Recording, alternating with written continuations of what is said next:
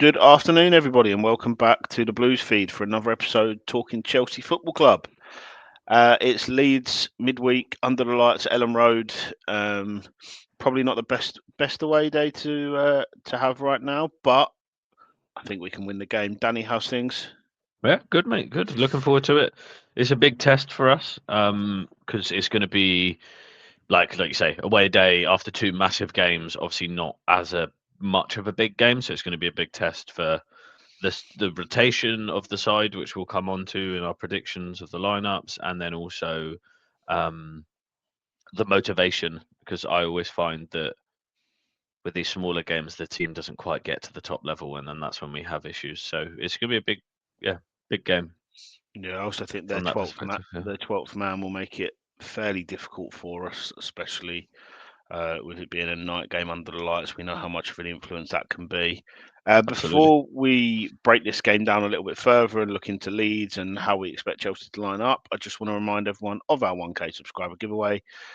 We've, I think we're just approaching the 500 mark now, so we're halfway there.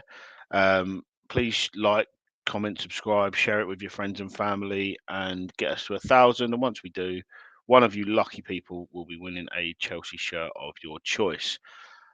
Danny, we had quite a lot of comments on our last video, some quite thought-provoking ones as well, which is always nice.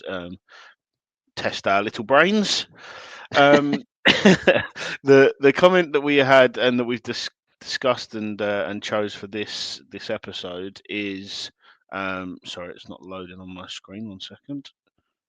I can read it out. Go on, you It's go. question, boys. How do we handle the potential logjam moving forward? The team is starting to click and get healthy, so we have so much depth. I think less so on the wings, as I see Ty George leaving and Quenda coming in. But for centre backs, we're going to have Levi, Wes, Trev, Josh, Sar, Anselmino, Badiashile, Dasasi. How do we think we handle those moving forward?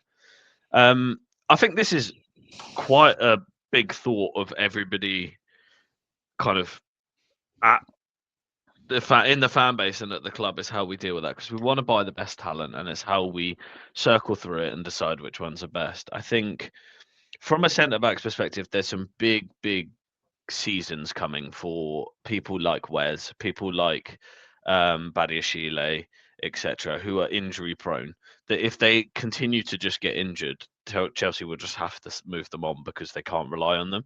So I think there'll be an element of that. We're seeing that Wes is now fit and he's playing again, but it did.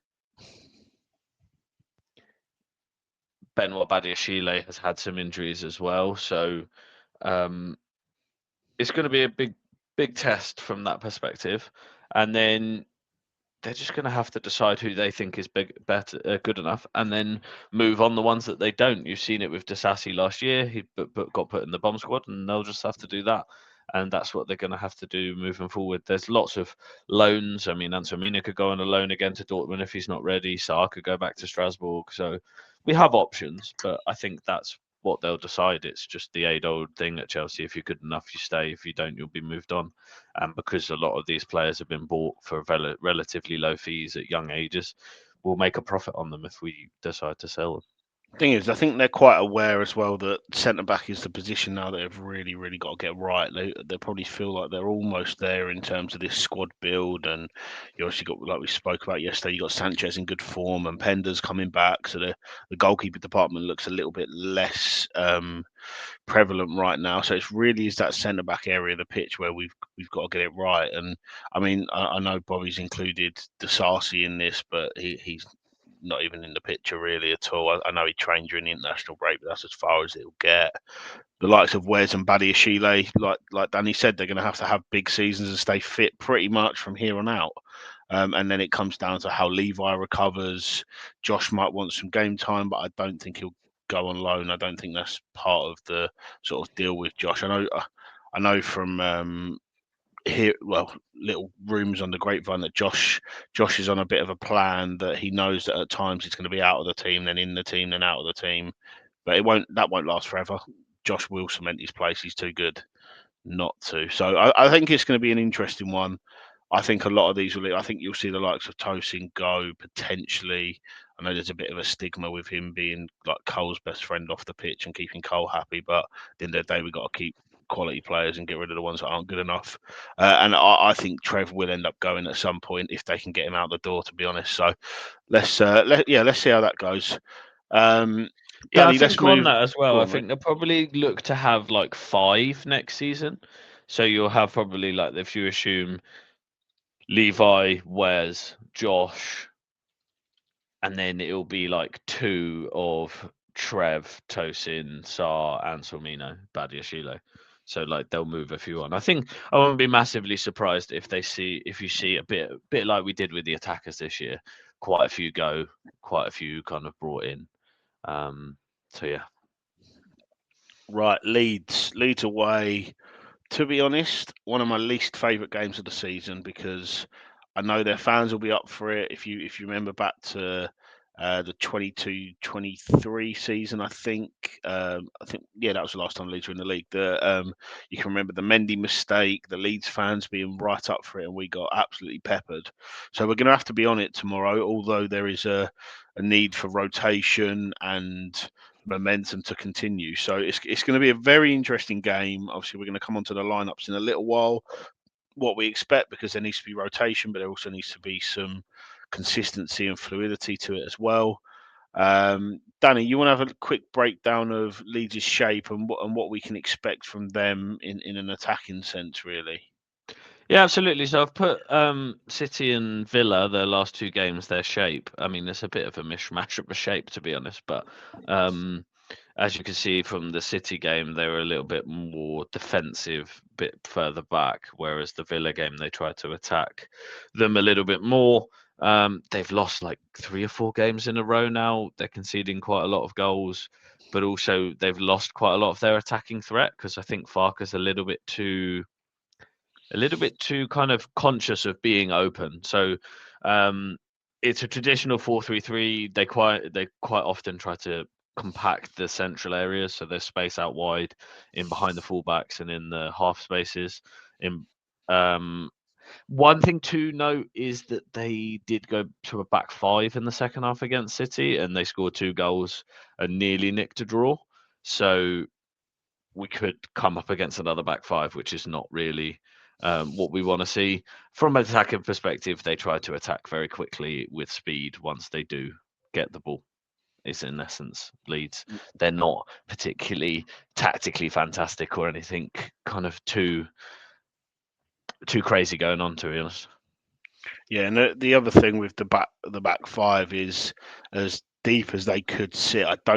They don't tend to do that as much at home, especially in the sort of games where they're going to be up for it. They generally, I think from my experience of Leeds, they tend to get sucked into the emotion of the crowd, and if the crowd are sort of high intensity and sort of like what we saw against Barcelona last week, really backing the team, then they tend to squeeze forward a few yards. So there should hopefully be some room in behind them as well.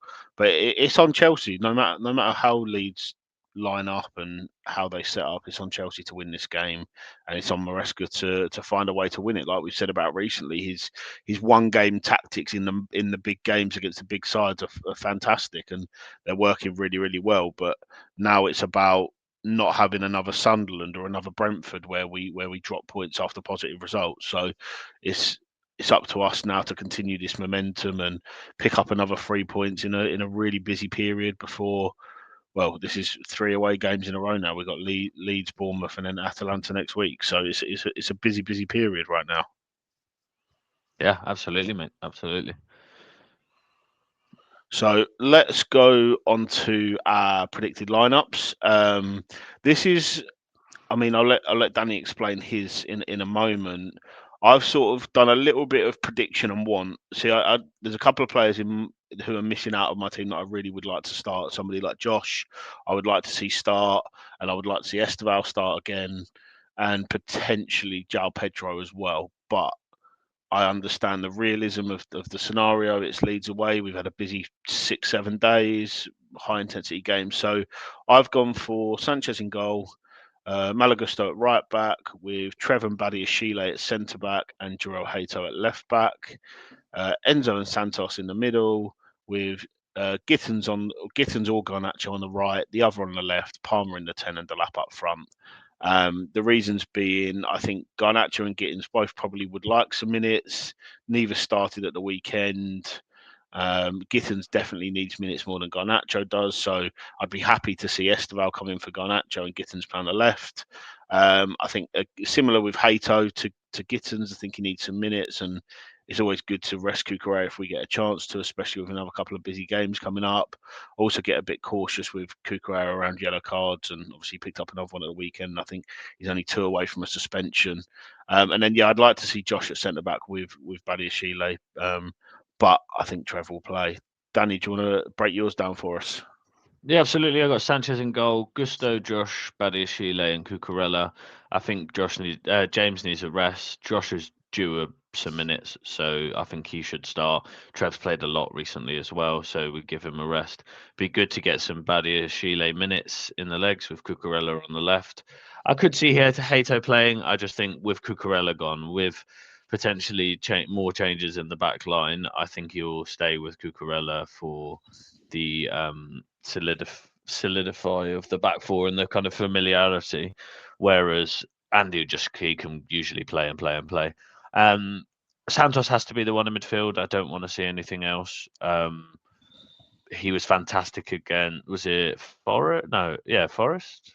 No, it was the other. Oh, who did we play? 2 weeks Burnley. ago. Burnley. Burnley. So Burnley. yeah, man of the match against Burnley. He deserves starts. He deserved more minutes over the last couple of games anyway, so he deserves to start. I think he'll play Esteval off the right because Neto's been flogged like a dead horse, and Esteval only played 45 minutes. Pedro in the 10. I think they'll be careful with Cole. I think they will bring him back slowly. So I absolutely see Cole Palmer coming on in the 50, 60th minute, but I don't think he's starting. Gittins on the left, because he deserves some minutes, and Garnacho wasn't exactly fantastic. And then Delap up top, I think we might need some of that physicality against Leeds, with them being fairly deep and quite solid. So having the physicality in there will be good. So that's what I've gone for. Yeah. See, my ideal lineup would be yours, but with Hato at left back and give Cucurella a rest. I think that'd be the perfect lineup of balance, but strength in attack, being able to win the game and giving sort of a lot of rest out. But yeah, I'm interested to see how it goes. Danny, just a quick one for you. Obviously, Maresca's come out and mentioned today about Josh can play in the pivot. And I know people are against square peg round holes, but also look at Reece. How do you feel about that? My honest answer is he could play there very well. He's got the ability for the ball carrying and blah, blah, blah. I don't really believe him.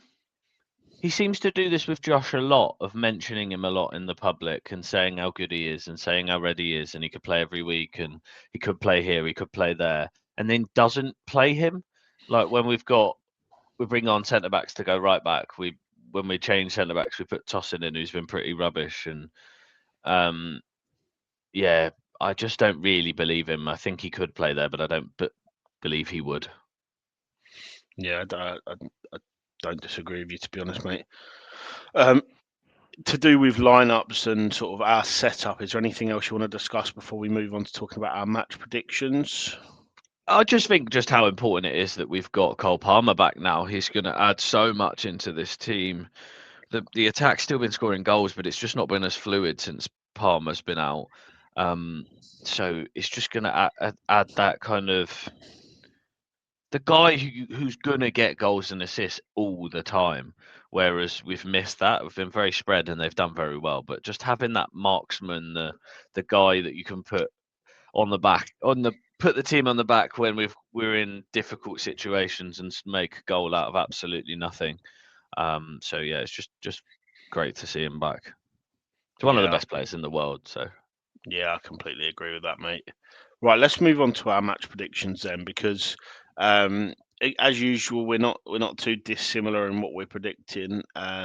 I'm going for a 1-0 Chelsea win with Cole Palmer to score and Andre Santos being the man of the match. Reasons being, I think it's going to be tight and a bit cagey.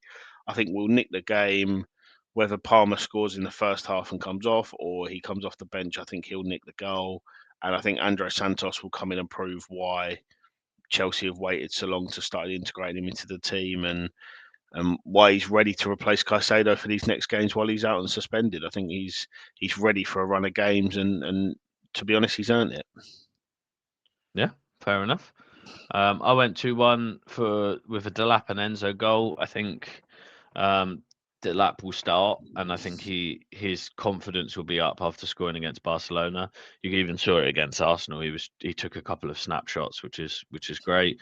Enzo Fernandez will just continue being Enzo Fernandez and scoring goals, and that's also why I've put him man of the match. I think you'll see him step up and kind of fill the Caicedo hole in a different way, but just be the man in midfield and continue to be great. So that's what I'm going for. Yeah, I can definitely see that coming to fruition, especially with the sort of Enzo Fernandez bravado, if you like. But well, that was our prediction for Leeds. We hope you all enjoyed that. We'll be back to review Leeds and preview the Bournemouth game on Thursday this week. Make sure you're liking, commenting, and subscribing to the channel, and we will be back very, very soon. Up, Chelsea.